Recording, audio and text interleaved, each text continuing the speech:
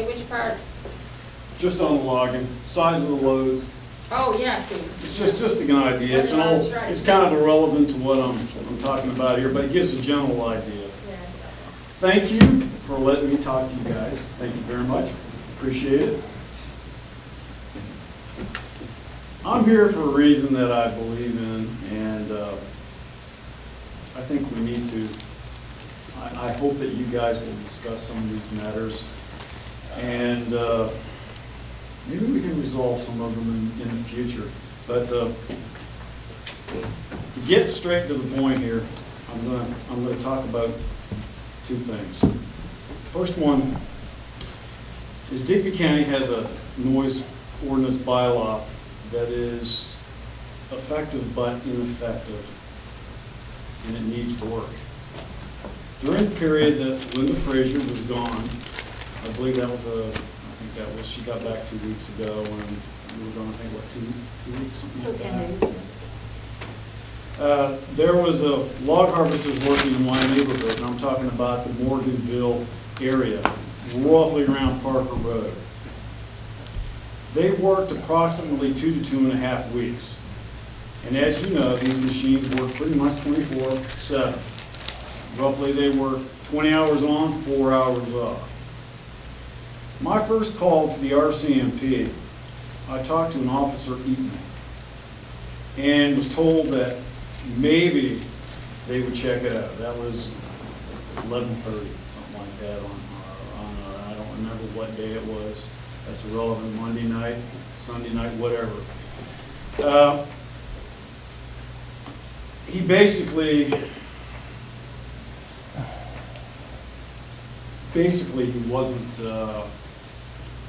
too interested in what I was talking about. Said maybe they check it out, but I was best to talk to Councilman about the situation. So I contacted Gordon the next day, and Gordon was great. And then I talked to Jimmy, and both you guys were great.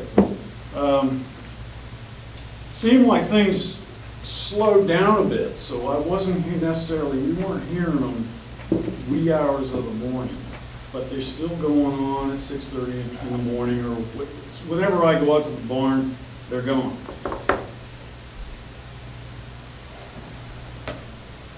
Find the spot here. Basically, my breaking point was 2 weeks ago. It was Monday night, 2:35 in the morning. I could not sleep in my bedroom. That's a 2-story house with the windows closed because the harvesters were so loud. I contacted the police department, and that was a real bummer. Next day, I contacted Linda, and during that time, something changed, and we didn't hear them anymore. That's basically a 2-week time period where this was going on.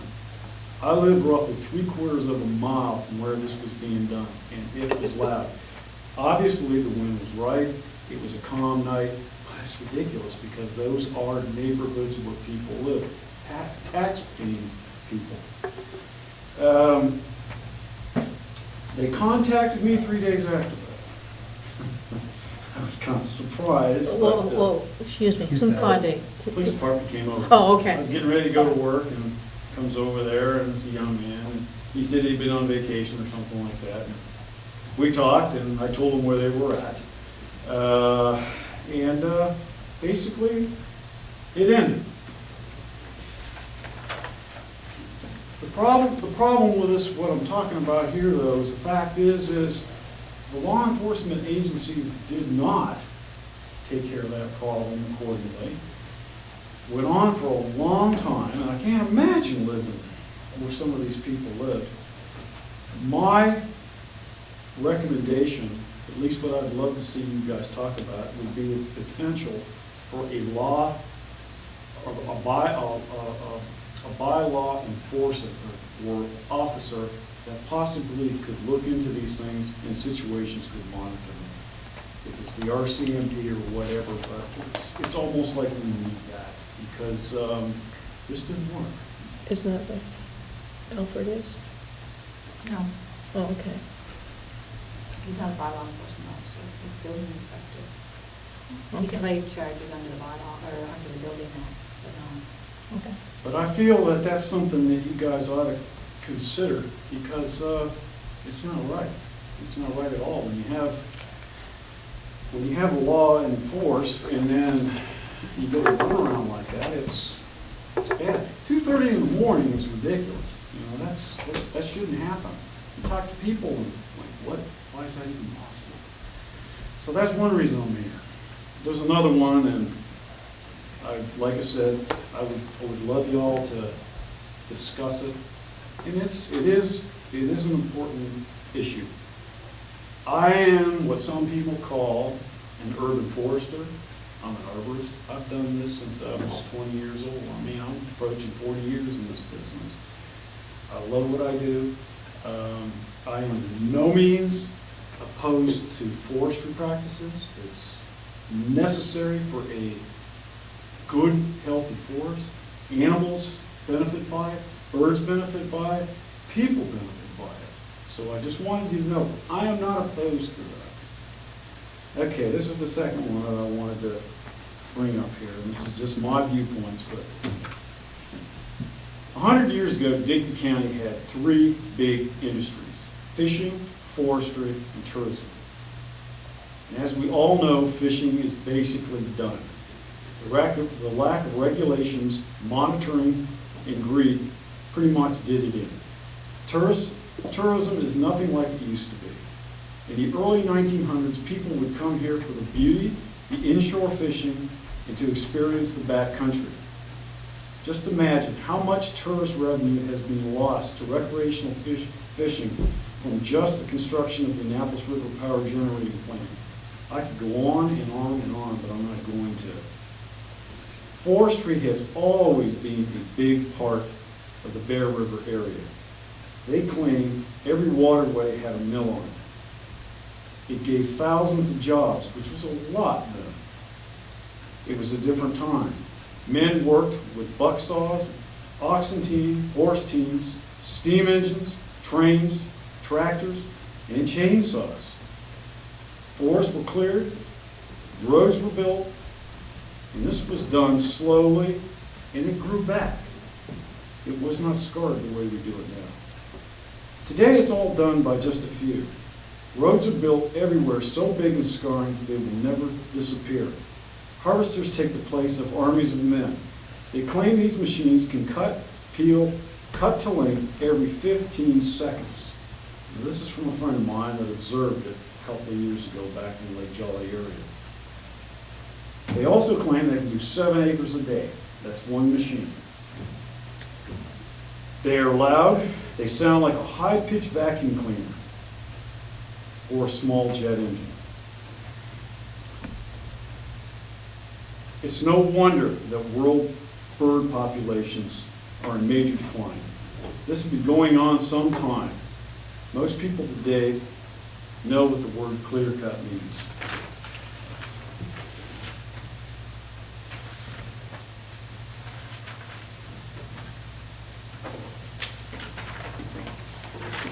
Excuse me.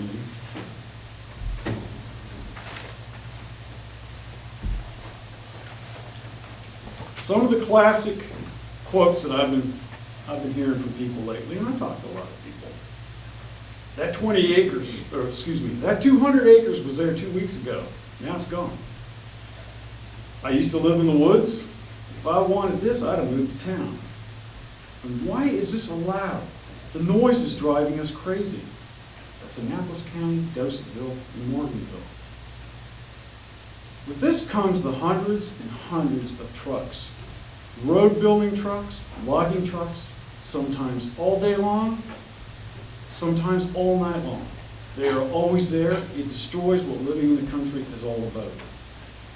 So what is this presentation?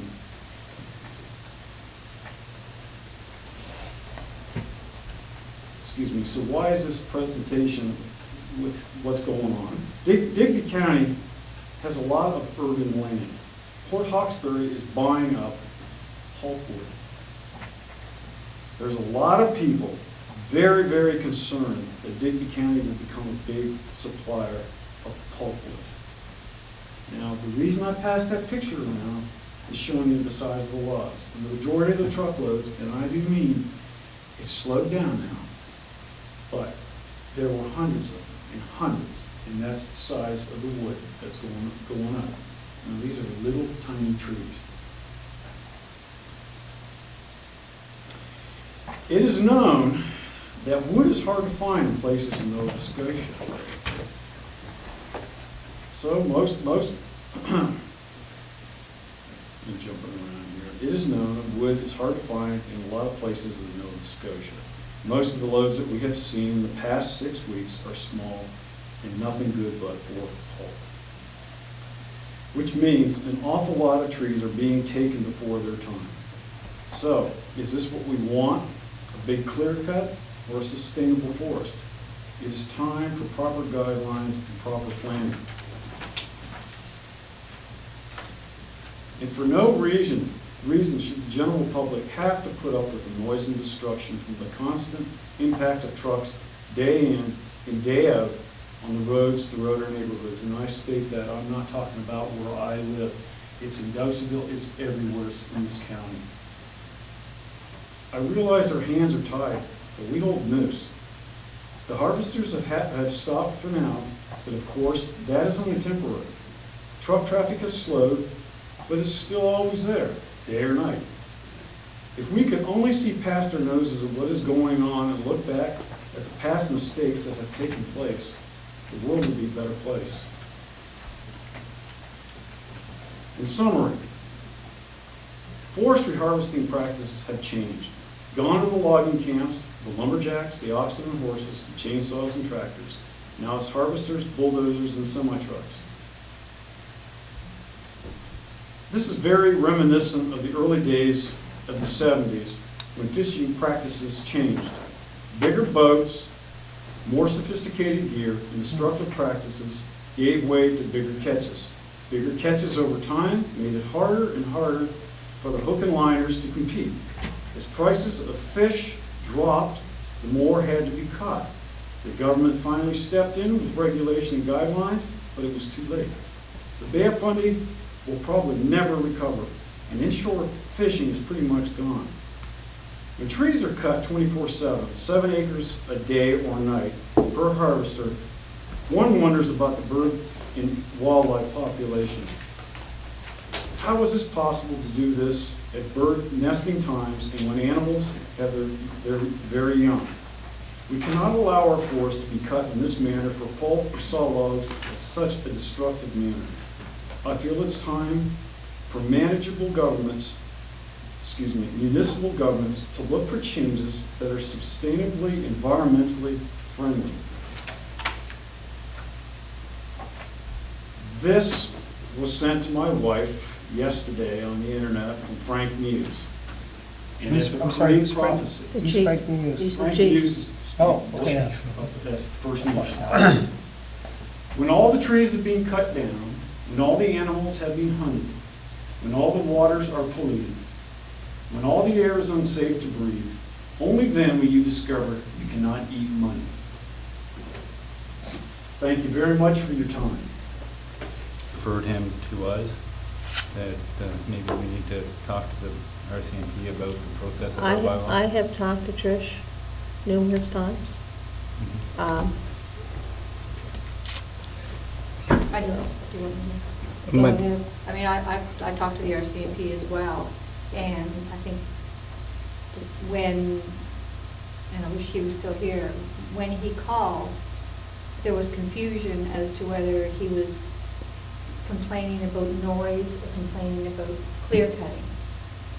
So, and the RCMP had mentioned that they can't do anything with clear cutting. No. You know.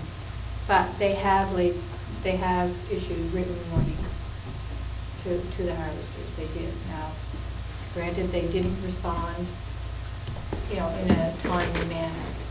No. I think his point there is justified. And it was passed along to a couple different members, so.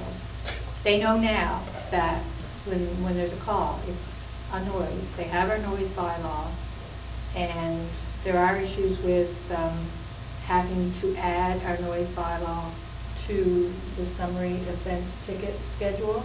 I mean, they can do a long form, and I'm still trying to change that. But in terms of the noise bylaw, a written warning was issued. Yeah. I don't know if the timing was that they were finished anyway, so But the then the 2 weeks police is too- felt like they were going to comply. Jimmy? I had another complaint from the same area from another individual, and anyway, I called him, talked to him on Friday, because I wanted to know if he'd heard any more noise or if it had been addressed, because I talked to Linda and she told me that the RCMP had been out and talking to the harvester. He told me he hadn't heard any more noise, so they would have just shut down, but he also told me that they pulled out, so apparently they were done. So, That's why I was wondering if they, took heed of what they were told about the noise bylaw, or were they just finished and they shut down and happened to be the same time, or shortly after? Or- Yeah, I can't answer that. Yeah. I know things are pretty busy with the police at that time too, in this Well, area. when There's a they're couple of gonna things going on. go out, they should be going out, when the complaint comes into him, if what he said was true, that the member that he talked to said he needs to talk to us, then that member doesn't know our bylaw. Mhm. So obviously, they have to do some training on what our bylaws are. And I did talk to, Trish was away on vacation Okay. during She's that back time, so I now. talked to Corporal Tim McDonald, and he did say he was going to talk to the rest of the members if they were updated with respect to our noise bylaw and the enforcement of it. I mean, having an enforcement officer, I don't think is going to solve our problem, because, I mean, that's another, not only hire another employee for bylaws that, we only have a few that are enforceable, but that person, they would be working 8:30 to 4:30. I don't know how we would work their schedule. I think the RCMP are here to enforce our bylaws. Yeah, we pay them a That's lot what of I'm money. saying. Okay, Fine. thank you. The other issue with harvesting and forest practices, I don't know. It's if provincial. Council wants to. But I think we should write a letter I do. to the province with concerns about the practices and how we should be looking at sustainable practices, not just economic. So would someone like to make a motion? Rather than short-term economic, sustainable and long-term. Mhm. I'd like to make a motion to that effect. All right, please say what you're going to say. I move that we write a letter expressing concern about the unsustainable clear cutting going on in our area, and that we would prefer that forestry followed a longer-term economic plan, and as such, longer-term economic plan, sustainable plan, I guess. There you go. How's that? Okay, and we want this sent to the minister and to the MLA? Correct. Okay. Jimmy, is there a seconder? I'll second that. Okay, now, go ahead. What I'd like to see happen is that, also in the letter, that you ask if someone from transportation can come to a council meeting to talk to us about the forestry practices, because I know. Transportation? No, not transportation, natural resources. Oh, okay.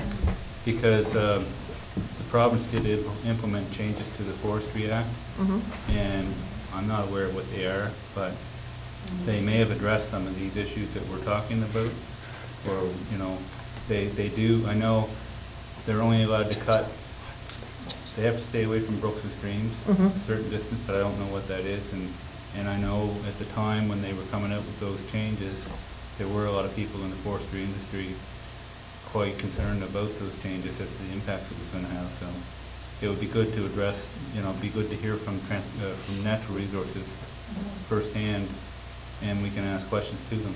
Yep. Might be the one for some of the members of the public who are concerned about such things to attend it as well. Get a chance to hear from the horse's mouth. Okay. All those in favor? Aye. Contrary minded, motion carried.